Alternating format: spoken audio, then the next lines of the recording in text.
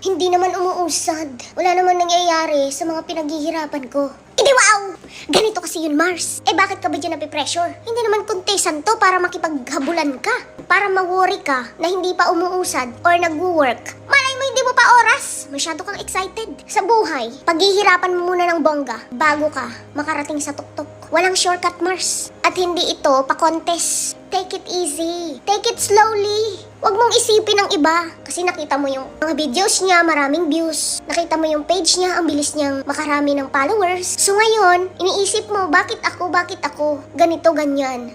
Kasi nga, pinagkukumpara mo yung sarili mo sa iba. Just be happy for them kung mabilis silang naka-reach ng 100,000 followers, million followers, because nakatanda na sa kanila yun. Baka ikaw na yung susunod. Kaya be grateful, be thankful, para mas lalo kang paulanan ng biyaya. Malay mo bukas, ikaw na pala yung susunod. We never know. Kaya stop comparing yourself to others kasi hindi siya nakakatulong. Nakaka-stress. Pag ba ikaw ay tumigil, may mangyayari ba? Wala. Kapag ba ikaw ay tumigil, dadami ang followers mo? Hindi. Kapag ba ikaw ay titigil, dadami ang views mo? Wala. Kasi tumigil ka, hindi ka nagpatuloy. Kaya keep going no matter what. Because I believe in you. I believe in your talent. May talent ka, Mars. Gamitin mo yan. Sit back and relax. One day, you will get there. You just have to be patient. Char!